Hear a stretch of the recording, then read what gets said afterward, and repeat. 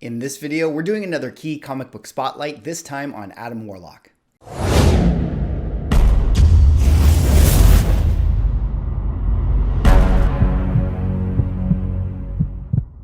Ladies and gentlemen, welcome back to another video with Swaggle. And in this video, we're doing another Key comic book spotlight, this time on Adam Warlock. Now, if you're new to my channel or this series, what I typically do with Key comic book spotlight is take a notable superhero or supervillain and just point out 5 Key and or Grail comic books that the comic book collecting community often pursues when they're fans of this character. And in this one, we're going to do Space Jesus, Adam Warlock. But before I get into the books, if you guys could drop me a like or a comment or subscribe if you're enjoying the content, help support the channel doing those things, and I would appreciate it.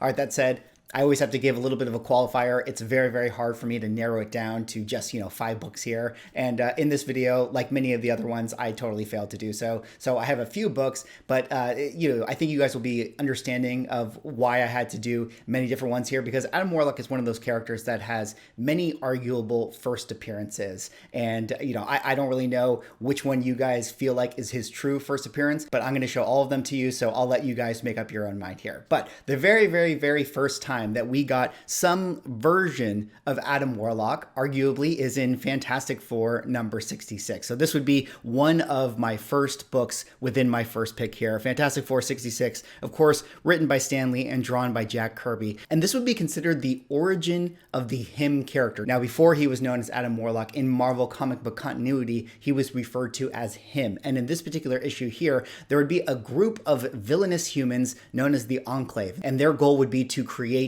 the most perfect human specimen to take us, as a species to the next level. And in this particular book here, the Fantastic Four would sort of uncover their plan, and they would find that they are creating this mysterious character known as Him. So that would sort of be, established that this is the origin of this character. And in this particular comic book, we would see, the actual laboratory cocoon thing that essentially Adam Warlock was sitting inside of and being created inside of it. So I don't know if you want to consider this the first appearance, but a lot of people talk about this as a Key book as it relates to Adam Warlock. Now, moving on to the next book here, within still my first pick here, is Fantastic Four number 67, and this is going to be the first brief appearance or cameo appearance of the character known as Him. So of course, in the previous issue, they would establish the Enclave creating this cocoon. And then here, later on in this next issue here, the cocoon would eventually open. And then on the very, very last page, we would get that first image of the character known as Him, aka Adam Warlock, soon to be named Adam Warlock, and we would get some panels of that. And of course, he actually did have some lines of dialogue in it. So this is kind of, depending on where you sit on, what side of the fence you're on in terms of the cameo versus first appearance debate. Here he is on the last page. We do in fact see him, and he does in fact have lines. So if you want to make the argument that this is his first appearance, you can definitely do that. A lot of people like to qualify this as the first cameo appearance. Again, I'm not going to decide for you. You guys can make up your own mind. All right, and then later on, a couple years later, we would have in Thor 165, of course, again, written by Stan Lee and drawn by Jack Kirby here, we would have the first full appearance of the character known as Him. So we got him in those Fantastic Four books. It would take a couple years, and then later on, Stan Lee and Jack Kirby would bring him into the Thor universe here, and we would start to get, the full appearance of this character. He, of course, at the end of Fantastic Four 67, kind of disappeared off into, who knows where, and then eventually he would kind of re-emerge to go up against Thor. And this book right here, generally speaking, as far as the market is concerned, seems to command the highest premium. And for that reason, I feel like this is the book that people feel like is maybe the most satisfying to own for the Adam Warlock character, making this book essentially what the market feels like is the true first full appearance of the character. And as we dig into the numbers here, we'll see that 9.8 is going fair market value, $37,000 range. Of course, there hasn't been a sale since 2019. And then we can see here 9.8, sale back in May of 2020, fair market value around the $4,000 range. And then here at the bottom, Go Collect has this at the $100 range or so. But this is a book that has gotten extremely hot, considering a lot of people feeling like we might see Adam Warlock eventually in the Guardians of the Galaxy 3 movie. So this is a book that, typically speaking, it's going to cost you around $200, $300, $400 to get your hands on it, even at the low grade. And just to give you guys some of the look at the numbers here, if we look at Fantastic Four 67, fair market value, we can see 9.8 is around the $18,000 range. And then Fantastic Four 66, we can see 9.8 is also at the $18,000 range. So, again, these books here still commanding, kind of a premium because they are, Adam Warlock keys essentially, but Thor 165 definitely seems to be the go-to book. So Whether you have Fantastic Four 66, 67, or Thor 165, you have some arguable version of the first appearance of the him character, aka Adam Warlock. All right, let's go on now to my second pick here. My second pick is actually going to be Marvel Premiere #1, featuring The Power of Warlock. And what is the significance of this? Well, this is the book that came out in 1972, written by Roy Thomas and drawn by Gil Kane. And this would sort of be the rebranding, the recreation of the Warlock character. Of course, now in all the books that I talked about previously, he was only known as him. And in this book right here, he would actually be recreated by the High Evolutionary and be known from here on moving forward as a character known as Warlock. And for a lot of people, this feels like this is the version of the character that we all sort of know. This is the one that would, go on to have his legendary historic run in Marvel comic books. And for a lot of people, this is sort of the go-to book as far as we're concerned when it comes to owning, quote unquote, the first appearance of Adam Warlock. Certainly you can own the first appearance of him in the previous issues, but this one right here is the Adam Warlock character in the costume that we know, in the, the visual look that we, identify with him. And for that reason, this book is really special in my humble opinion. One of the other things that is kind of cool about this book here is that, the High Evolutionary actually had the Soul Stone and gave it to Adam Warlock here. So this would be kind of that first instance where Adam Warlock would have the Soul Stone, it would be placed on his forehead, and that would be kind of iconic to his character because, the Soul Stone and the Soul World kind of go hand in hand with the Adam Warlock origin story. And in addition, one of the other cool things about this book is that,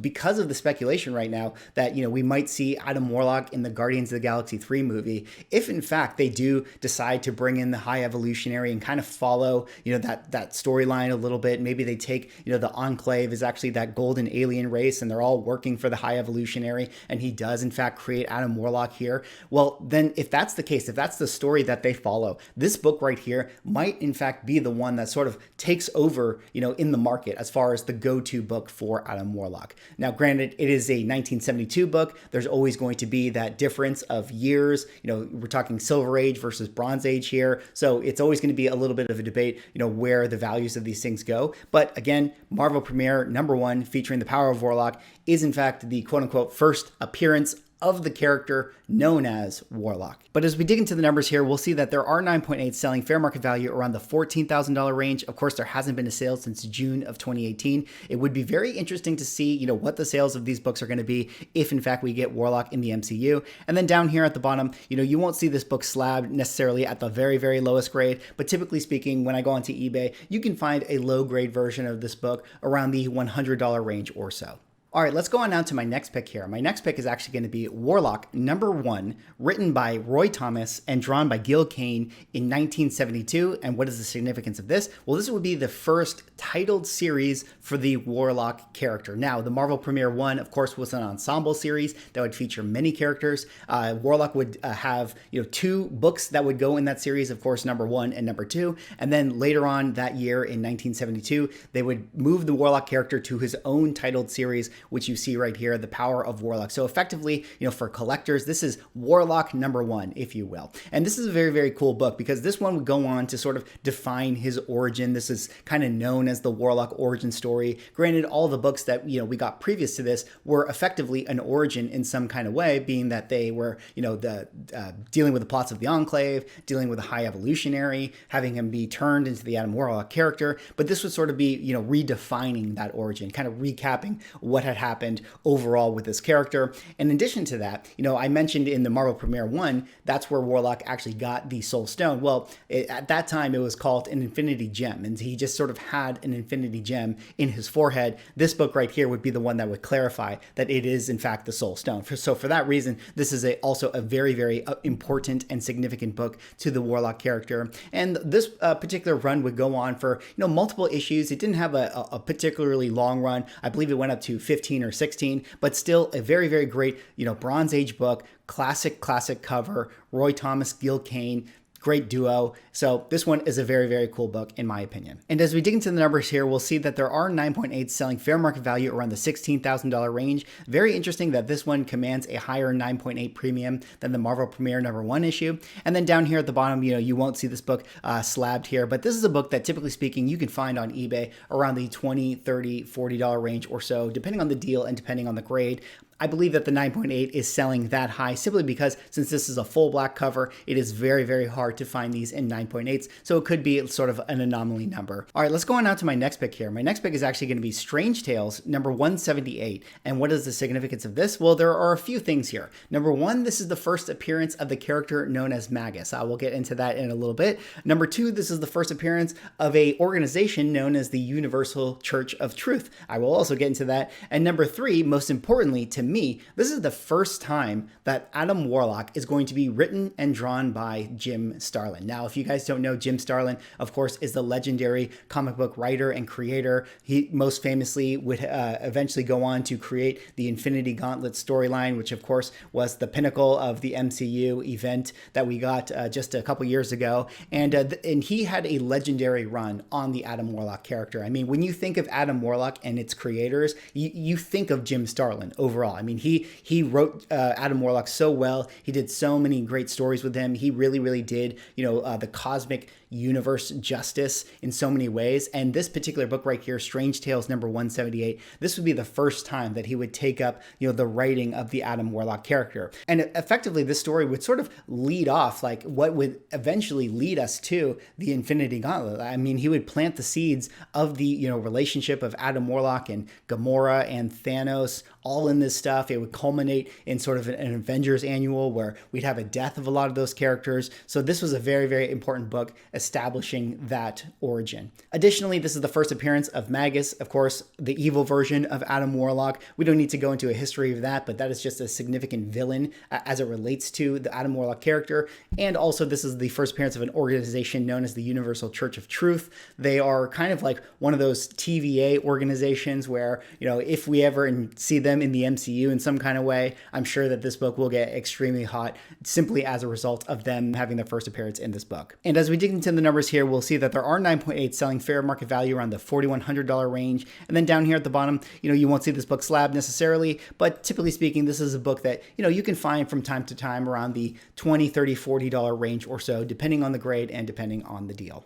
All right, let's go on now to my last pick here. And my last pick is kind of a cheat because it is multiple books as well. But the first one I'm really going to talk about is Silver Surfer number 46. And what is the significance of this? Well, this is the rebirth of the Adam Warlock character. Now, what do you mean by rebirth? Well, this is a book that came out in 1991. And the previous book that I just showed you guys, Strange Tales 178, that was a book that was, hovering around, the late 70s. So if we think about this, we had Adam Warlock having Jim Starlin storylines in the late 70s. It would culminate in an Avengers annual where we would actually get the death of Thanos, we'd get the death of Gamora, death of Adam Warlock, etc. And we would actually not see the Adam Warlock character for about 15 years or so in Marvel comic books. Later on in the early 90s, that would be when we would start to, lay the foundations for what effectively was the Infinity Gauntlet storyline. Jim Starlin would be taking over the Silver Surfer run. And in this particular book, right here in 1991, he would bring back the Adam Warlock character. And this would be the very, very first issue that kind of, starts us on this journey for the Infinity Gauntlet storyline. The other books I got to point out, of course, is the one that I keep referring to, Infinity Gauntlet number 1. This would be written by Jim Starlin, of course, and also it would have Adam Warlock play a pivotal role in this. Infinity War number 1, after the events of Infinity Gauntlet, we would get another Infinity storyline here where Adam Warlock had to, essentially, he had to, carry the mantle of the Infinity Stones after they got it away from Thanos. And then Warlock and the Infinity Watch number 1. This would also be, the ongoing series for Warlock in the Copper Age. After the events of Infinity Gauntlet, he would have to take up the mantle of carrying these stones. And say what you will about some of these storylines, I mean, they definitely went into crazy town, in the mind of Jim Starlin. But, effectively, these are all great collector books to have if you are a fan of the Adam Warlock character. But going back to Silver Surfer number 46, as we dig into the numbers here, this is not an expensive book by any means. You can find 9.8s around the $80 range or so. And of course, if you wanted to get this thing on eBay, you could definitely find a copy for $5, $5 to $10, depending on if you got to pay for shipping or not. Well, that is all I have for this video. Those are my 5 picks for the Adam Warlock character, or the him character, depending on how you want to qualify, his original first appearance. Let me know what you guys think. What do you guys think is the true first appearance of the Adam Warlock character? I think it's really, really interesting. Essentially, if we do get, Adam Warlock in the Guardians of the Galaxy 3 movie, it'll be interesting to see what book really, really takes off in the market. I gotta say that Marvel Premiere #1 could be, the sleeper book, if in fact, the High Evolutionary is the villain that, brings him into the MCU. But it'll be really interesting to see. Anyways, drop me a like, comment, subscribe if you're enjoying the content, and I will see you in the next video.